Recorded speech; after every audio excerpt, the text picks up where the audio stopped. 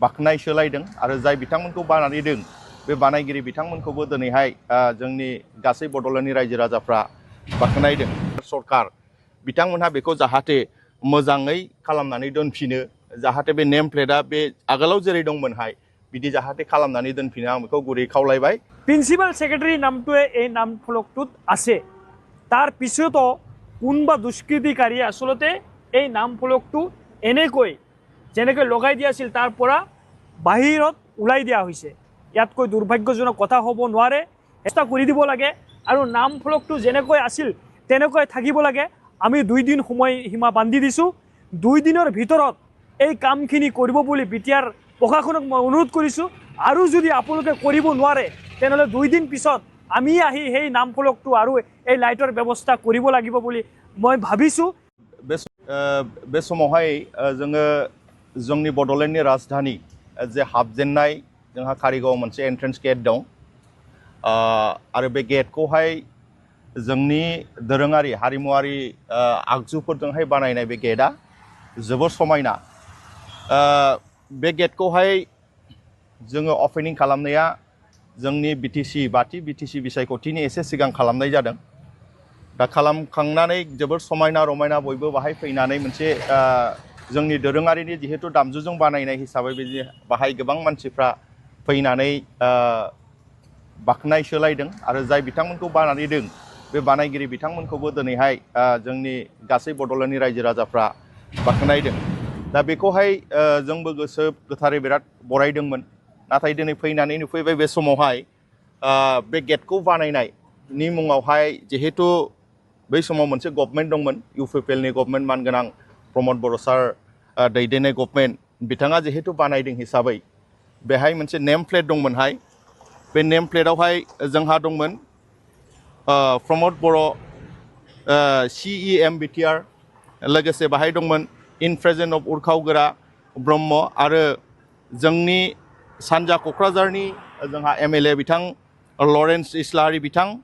लोगोसे जोंहा दंबावो आकाशदीप IAS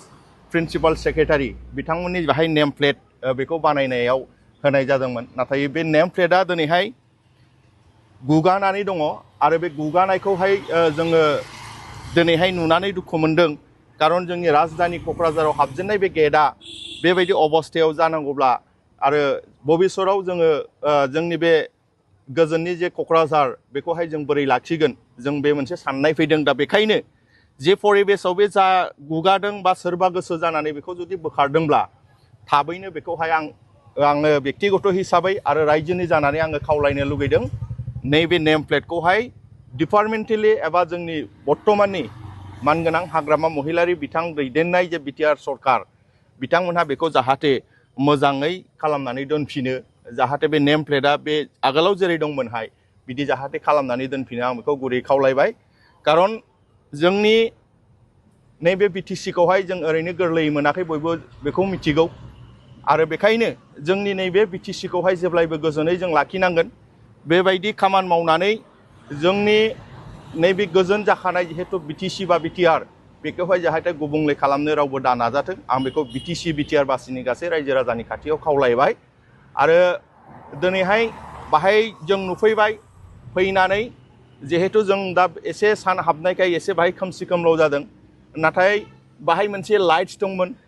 बेखौहाय समायना नुनाय सब समाय सानाव जेरै समायना नुनाय मोनायावबो जाहाथे बेबायदि नायनो हानायनि मोनसे बाहाय परिबेस दंमोन, लाइट दंमोन। बे लाइटआ नैबे समाव गैया। कारना जाहैबाय जोङो खाथि खाला मानसिफोरनियाव जों सोंनानै मोनदों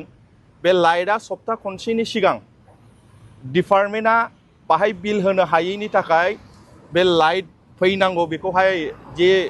मिटार दं बेखौहाय डिपार्टमेन्टआ लानानै थांदों होननानै जों मिथिबाय। दा बेखायनो आं गुरै खावलायगोन आथिखालनि बिटिआर सरकारखौ, मानगोनां हाग्रामा महिलारिनि दैदेननाय सरकारखौ आं खावलायगोन, नोंथांमोनहा जाय जेखि बानाया जेखि पार्टियानो सरकाराव फैनानै बानायाथों मानो बै जिनिसफोरखौहाय उननि समावहाय जाय सरकारा सालायो बिथांमोनहा जोथोनै लाखिनांगौआ बिथांमोननि दायित्व। कारना जाहैबाय थांनाय जे सरकार मानगोनां प्रमद बर' सारनि जे दैदेननाय जे सरकारमोन 5 बोसोराव बेबायदि खुनु जायगायाव आगोलाव खालामबोनाय जाय सरकार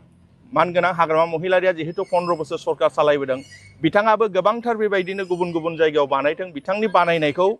जोंनि इउपिपिएलनि सरकार एबा प्रमद बर' सार दैदेननाय सरकारा माब्लाबाबो बेबायदि आखाइ होफेराखैमोन नाथाय दिनै गिबि बेखौ जों नुनानै जोङो दुखु मोनदों बेखायनो खुथारै आङो खावलायनो लुगैबाय सरकार एबा डिपार्टमेन्टखौ नोंथांमोनहा जाहाथे बे गुगानाय नेम प्लेटखौ थाबैनो होयो आरो बिनि जे लाइट बे लाइटनि बेबस्थाखौ थाबैनो खालामो आं बेखौ गुरै खावलायबाय आरो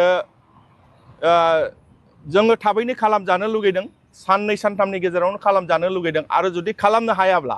बिथांमोनहा बेखौ प्रेस मिटनि गेजेरजों बुङोब्ला मोजां जायो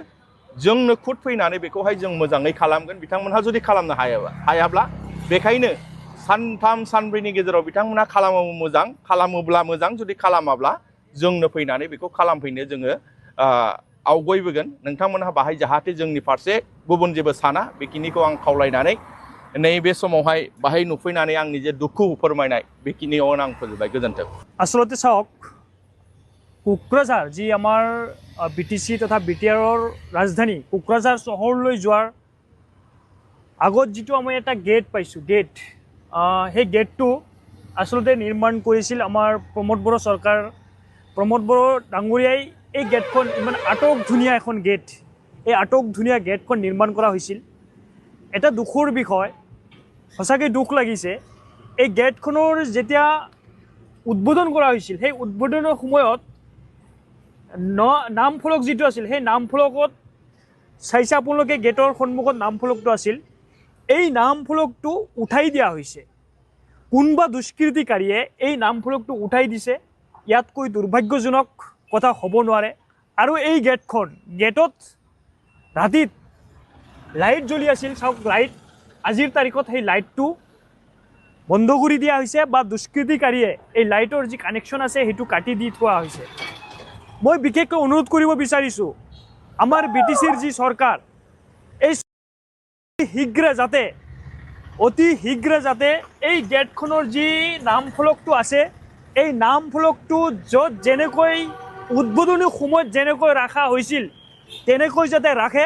তাৰ কাৰণে মই বিটিচি প্ৰশাসনক মই অনুৰোধ কৰিছোঁ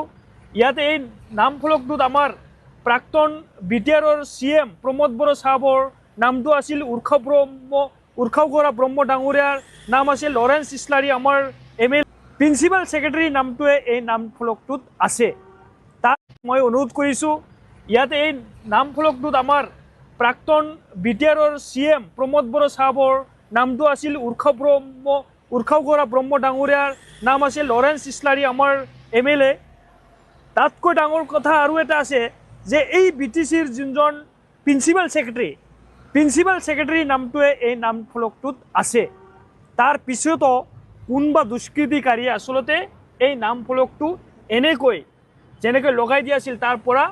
বাহিৰত ওলাই দিয়া হৈছে ইয়াতকৈ দুৰ্ভাগ্যজনক কথা হ'ব নোৱাৰে সেইকাৰণে মই পুনৰবাৰ বিটিআৰ প্ৰশাসনক মই অনুৰোধ কৰিব বিচাৰিছোঁ যে এই গেটখনৰ ইমান আটক ধুনীয়া গেটখন এই গেটখনত আমাৰ এই কোকৰাঝাৰত যেতিয়া বাহিৰৰ পৰা আমাৰ লোকসকল আহিছে ইতিমধ্যে আপোনালোকে চাইছে এই গেটটো লৈ বহুতে ইউটিউবাৰ হওক বহুত মানুহ আহি এই গেটখন লৈ এটা ভাল পৰামৰ্শ দিছে ভাল লাগিছে গেটখন ধুনীয়া হৈছে তেনেকুৱা ধৰণৰ মন্তব্য আমি দেখা পাইছোঁ সেইকাৰণে মই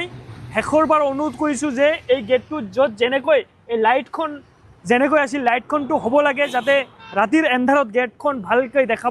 দেখিব পাৰোঁ তেনেকুৱা এটা ব্যৱস্থা কৰি দিব লাগে আৰু নাম ফলকটো যেনেকৈ আছিল তেনেকৈ থাকিব লাগে আমি 2 দিন সময়সীমা বান্ধি দিছোঁ 2 দিনৰ ভিতৰত এই কামখিনি কৰিব বুলি বিটিআৰ প্ৰশাসনক মই অনুৰোধ কৰিছোঁ আৰু যদি আপোনালোকে কৰিব নোৱাৰে তেনেহ'লে 2 দিন পিছত আমি আহি সেই নাম ফলকটো আৰু এই লাইটৰ ব্যৱস্থা কৰিব লাগিব বুলি মই ভাবিছোঁ যাতে এইটো পৰ্যায়ত যাব লগা নহয় সেইকাৰণে মই ভাবোঁ আপোনালোকে যাতে আমি কৰিব নালাগে যাতে বিটিচি প্ৰশাসনে আপোনালোকে এই নাম ফলকটো আৰু এই লাইটৰ ব্যৱস্থা কৰিব বুলি মই আশা কৰিছোঁ আৰু বিটিআৰ অঞ্চলবাসী ৰাইজ সকলোৱে নহ'লে দুখ পাব সকলোৱে মানে আচলতে এই যি ঘটনাটো হৈছে এইটো উদ্বেগ প্ৰকাশ কৰিব সেইকাৰণে মই বিশেষকৈ অনুৰোধ কৰিছোঁ বিটিআৰ প্ৰশাসন আপোনালোকে এই ক্ষেত্ৰত আপোনালোকে নজৰ দিব বুলি মই